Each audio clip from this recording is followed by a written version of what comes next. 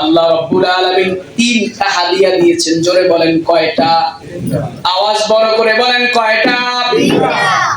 এক নম্বর হাদিয়া হলো 50 ওয়াক্ত নামাজ। দুই নম্বর হাদিয়া হলো সূরাতুল বাকারার শেষের দুইটা আয়াত। আর তিন নম্বর হাদিয়া হলো মুশরিক ব্যতীত আল্লাহ রাব্বুল আলামিন সকল বান্দাদেরকে ক্ষমা করবেন, এই ঘোষণাটা রাসূলুল্লাহর কাছে মেরাজ রাতে দিয়ে দিয়েছে। এক নম্বর হাদিয়া হলো আমার ভাইরা 50 ওয়াক্ত নামাজ। যারা বলেন কয় ওয়াক্ত নামাজ?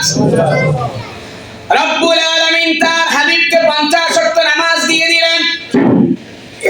রাসূল করিম সাল্লাল্লাহু আলাইহি ওয়াসাল্লাম এই 50 ওয়াক্ত নামাজ নিয়ে যখন রওনা করে আসতেছেন, ষষ্ঠ আসমানে মুসা আলাইহিস সালাতু ওয়াস সালামের সঙ্গে সাক্ষাৎ হওয়ার পরে মুসা আলাইহিস সালাম বললেন, ও আল্লাহর নবী, আপনি যে রব্বুল আলামিনের সাথে সাক্ষাৎ করলেন, মেরাজ করলেন, আল্লাহ রাব্বুল আলামিন আপনার এবং আপনার উম্মতদের জন্য কি দিয়েছেন? জোরে বলেন সুবহানাল্লাহ।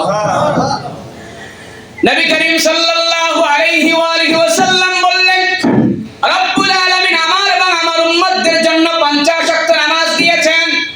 এবার মুসা আলাইহিস সালাতু ওয়াস সালাম বললেন, ইরজি ইলা রাব্বিকা ফাসআলহু তাকফীফা ফাইন্না উম্মাতাকা লা তুতিকু যালিকা وإني قد بلغت بني إسرائيل وخبرتهم। মুসা আলাইহিস সালাম ডাক দিয়ে বললেন, ওগো আল্লাহর নবী, আমি আপনার আগে বনি ইসরাইলকে চালিয়ে এসেছি, আমার একটা অভিজ্ঞতা আছে। আপনার উম্মত 50 ওয়াক্ত নামাজ আদায় করতে পারবে না। এবং তিনি বললেন, ইরজি, আপনি ফিরে যান, ইলা রাব্বিকা, আপনি আপনার রবের কাছে যায়া এই 50 ওয়াক্ত থেকে নামাজ কমায়া নিয়ে আসেন। নবী করিম সাল্লাল্লাহু আলাইহি ওয়াসাল্লাম একবার যান, আবার আসেন। মুসা আলাইহিস সালাম বললেন যে না, আরো কমাইতে হবে। এভাবে নবী করিম সাল্লাল্লাহু আলাইহি ওয়াসাল্লাম রব্বুল আলামিনের কাছে যান, আবার ষষ্ঠ আসমানে আসেন মুসা আলাইহিস সালামের কাছে। এইরকম মুসা আলাইহিস সালাম আবার বলেন, আবার যান, আবার কমান। এইরকম নবী করিম সাল্লাল্লাহু আলাইহি ওয়াসাল্লাম মোট 9 বার যাতায়াত করলেন। জোরে বলেন কয়বার? 5 9 কত হয়? 45 কে মাইনাস করলেন, 5 রয়ে গেল। এবার মুসা আলাইহিস সালাম বললেন, ওগো আল্লাহর নবী, আপনি আরেকটু কমায় নিয়ে আসেন। হুজুর এবার ডাক দিয়ে বললেন, রব্বুল আলামিনের কাছে আমি কতবার গিয়েছি, রব্বুল আলামিন কমায় দিয়েছেন। আল্লাহ আমারে দিতে চান, আর আপনি আমারে বারবার ধাক্কায় পাঠান, কমাইতে আমার লজ্জা লাগে, আমি আর যাইতে পারবো না। এবার রব্বুল আলামিন ডাক দিয়ে বলছেন, মা ইউবাদদালুল কাউলু লাদাইয়া ওয়া মা আনা বিযাল্লামিল লিল আবিদ। রব্বুল আলামিন ডাক দিয়ে বলছেন, নবী করিম সাল্লাল্লাহু আলাইহি ওয়াসাল্লামকে ডাক দিয়ে বলছেন, আমার কথায় পরিবর্তন হয় না, আমি বান্দাকে জুলুম করি না। অর্থাৎ হে নবী, আমি যে 50 ওয়াক্ত নামাজ দিয়েছিলাম, 45 কে মাইনাস করলাম। শোনেন, আপনার উম্মত যদি সুন্দর করে 5 ওয়াক্ত নামাজ আদায় করতে পারে, আমি রব্বুল আলামিন তারে 5 কে 10 দিয়ে গুণ করে আমি তারে 50 দিয়ে দেব। রব্বুল আলামিন রাসূলুল্লাহকে 2 নাম্বার হাদিয়া দিলেন। জোরে বলেন কয় নাম্বার? 2 নাম্বার হাদিয়া দিলেন সূরাতুল বাকারার শেষের 2টা আয়াত দিলেন। জোরে বলেন কয়টা আয়াত? রব্বুল আলামিন কোরআনুল কারীমে বলছেন, আমানার রাসূলু বিমা উনজিলা ইলাইহি মির রাব্বিহি ওয়াল মুমিনুন কুল্লুন আমানা বিল্লাহি ওয়া মালাইকাতিহি وكتبه ورسوله لا نفرق بين أحد من رسوله وقالوا سمعنا وأطعنا غفرانك ربنا وإليك المصير لا يكلف الله نفسا إلا وسعها لها ما كسبت وعليها ما اكتسبت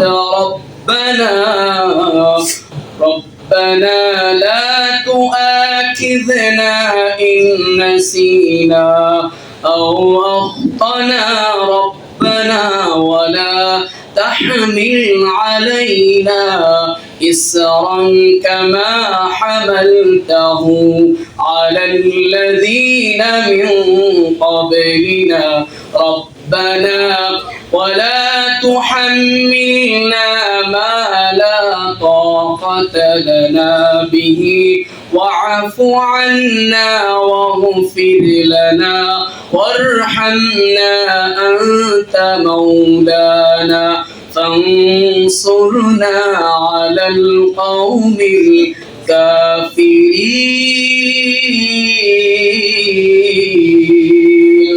জোরে বলুন আল্লাহু আকবার রব্বুল আলামিন রাসূলুল্লাহকে 2 নাম্বার হাদিয়া দিলেন 2 নাম্বার হাদিয়া হলো কোরআনুল কারীমের সবচেয়ে বড় যে সূরাটা সূরাতুল বাকারার 2টা আয়াত দিলেন এই 2টা আয়াতের মধ্যে রব্বুল আলামিন তার বান্দাদেরকে ঈমান শিখালেন শুধু তাই না রব্বুল আলামিনের কাছে কেমনে তার বান্দা চাইবে সেটা রব্বুল আলামিন দয়া করে বান্দাকে শিখায়া দিলেন কোন আল্লাহর বান্দা যদি ঘরের মধ্যে সকাল এবং বিকালে সূরাতুল বাকারা তেলাওয়াত করে নবী করিম সাল্লাল্লাহু আলাইহি ওয়াসাল্লাম বলেন রব্বুল আলামিন তার ঘরকে দুষ্ট জিন এবং শয়তান থেকে হেফাজত করবেন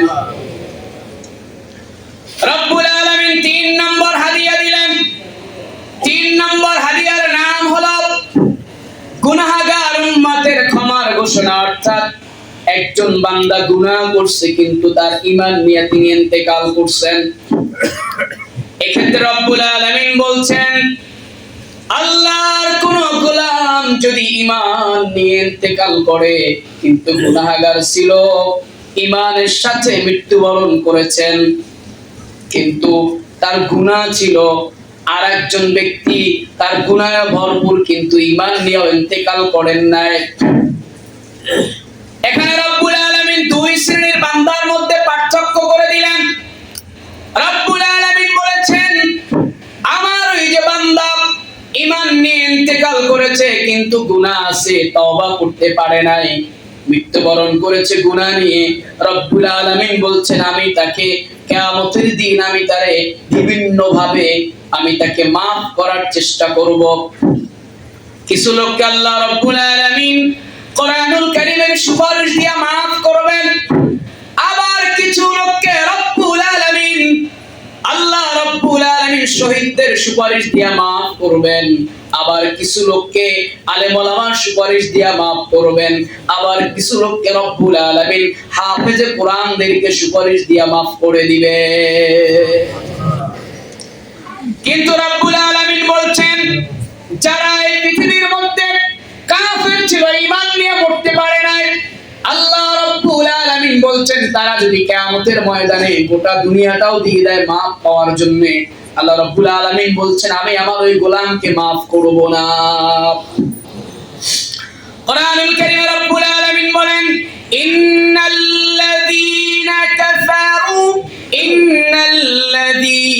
কাফারু ওয়া মাতু ওয়া হুম কুফফারুন ফালান ইউকবালা মিন أحدهم ملء الأرض ذهبا ولو افتدى به رب العالمين বলছেন নিশ্চয়ই যারা